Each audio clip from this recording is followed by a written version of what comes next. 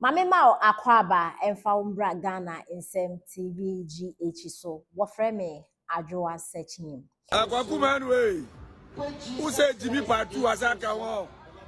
You better ba app no so because you use what Jimmy. Was ya for the hospital we need for chance ko for na chance. Atamo se ba ya wanwe. Mahama ikurasa ba ono kura wa timi anwe o.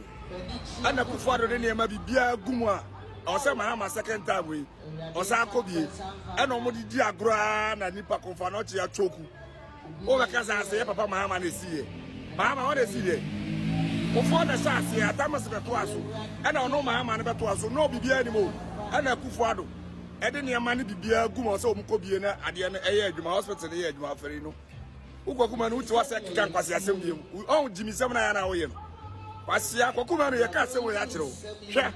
Mahama asatere dia ostate hospital bi okumawu akufo ado baaye no wanka kire se Mahama NDC fo na CEO eye Ghana fo ye dia Kwaku Manu Gyimifuo yi akufo ado baaye no obaaye na hu se Mahama si hospital okumawu na wanwie akufo ado hu se Ghana fo ye hospital oba be si wo wie a eye adwuma okumawu Kwaku Manu wuni mi nyansa. Kwaku Manu emse wa Jimmy nsuo bi na gina utiri mo wuni mi nyansa ho. Upa Kwaku Manu sisi ya Kwaku Manu. Kwaku Manu sisi ya na kwa se Kwaku hospital na Mahama chase. Akufo ado awi a eye adwuma sisi ya. Kwaku Manu emse bibi ha. Wa Jimmy pa Kwaku Manu asa aka ho biem. Wase ya woni hospital sa akufo ado sisi no ha Mahama nko biem. Ukọ sa wi abi ho. Ukọ fori grom kokobe ukura wuni mo. Koye se ya wi abibia aguma o se Mahama yi okobie na kumasefo no asantere dia no ye di ye aduma ye yare a na ye ho ato ye ko a na doctor sawe no afa nurse fo agu o ti wa apono so na wo kika nkwase asem Kwaku Manu we Kurasini pa wasia ati Kwaku daga ati we Kurasini pa uni minyansa wasia panyi koye kuma usisi ata hospital na ye aduma be kwai ye se 1970 no mo sha asio Akufo de na be wie ah konongo Akufo de na be wie tepa Akufo de na be wie kwasia Kwaku Manu Mahama hospital bana oba beto ya the first one and the second one we wakobie se anya adwuma asante mamwa Gyimifuo Kwaku Manu kwasia panyi Kwaku Manu wo se apro ate kwasia man sikani a wajimi a wani tie Kurasini Kwaku Manu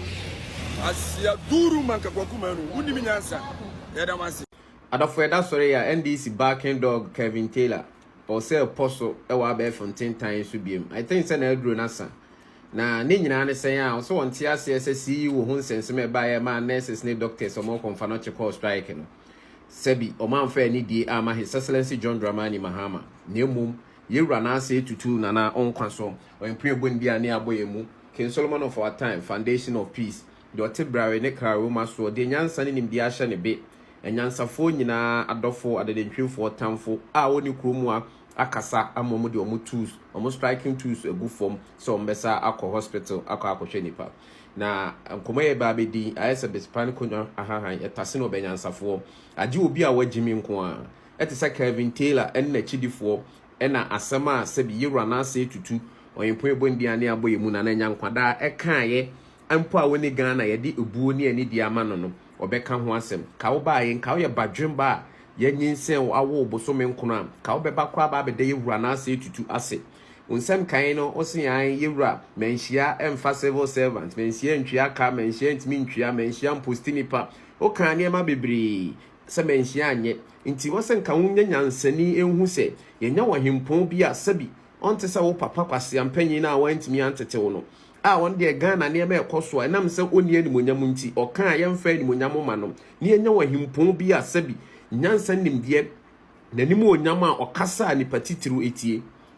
senka wayare da na wo ma we mu a na ka nurses ne doctors akọ strike can you know how it feels say who lose like a family member na say obi a wodo no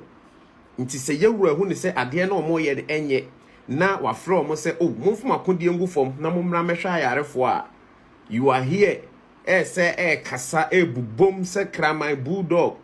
unti ase because you are disrespecting His Excellency John Dramani Mahama. You feel said this is in the way of disrespecting His Excellency John Dramani Mahama. Your friend be credibility. Not that the president of the land don't have credibility. There be name momo kwasi ampenyi mi odo de ntwe bi ba ndua bi umre ma wu timi begina platform so emma the president ultimatum says we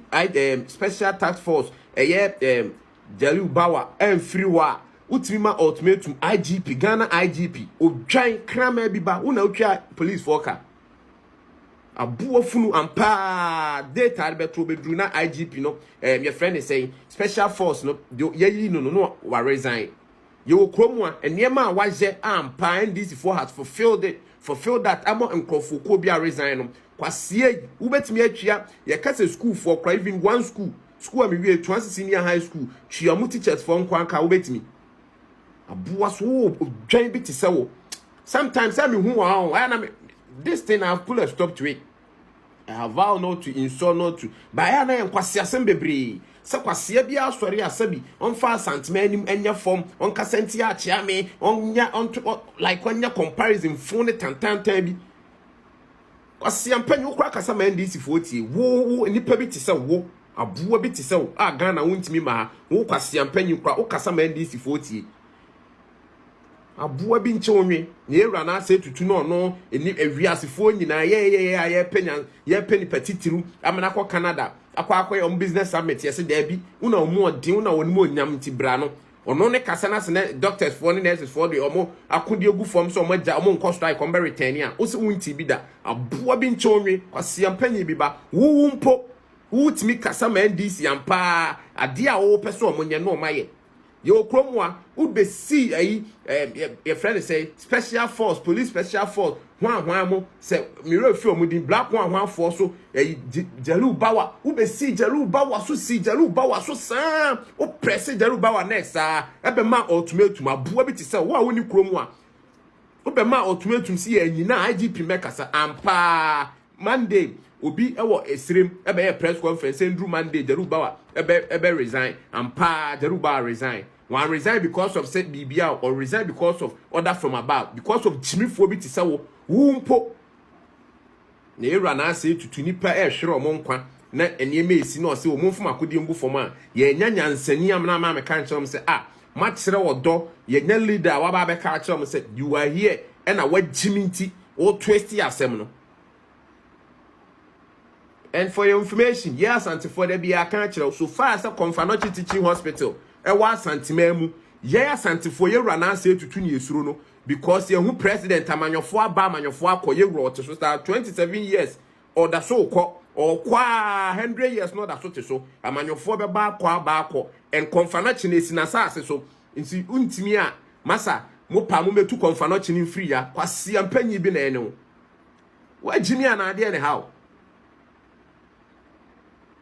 Yanya nyansani bi amna me Kenya nsasama nkyira santima say ade a yewura yeyi wa ya ade woni hampo enam odo enam sese yan konfana kine esu na santifo nkwa ne guo kwasia bi eyi asantifo nkwa ne guo kohwe ebunofo egu konfana chi kohwe nkranfo egu konfana chi bibia mba politicize ade kro na mu Gyimi okromu a odwan bi ti se wo kro atima president of the land ultimatum aboa bi dwa bi umre ti se wo kwasia wo to aba Otu aba asiampanyi ukwatima president of the land ultimatum na ka wo say no wan na ken ka kire o mo say mo mfum akodi mbu fom na o mo nkoye adwuma wumuni a wati kwa pa won ti ase aboa bi nche wonwe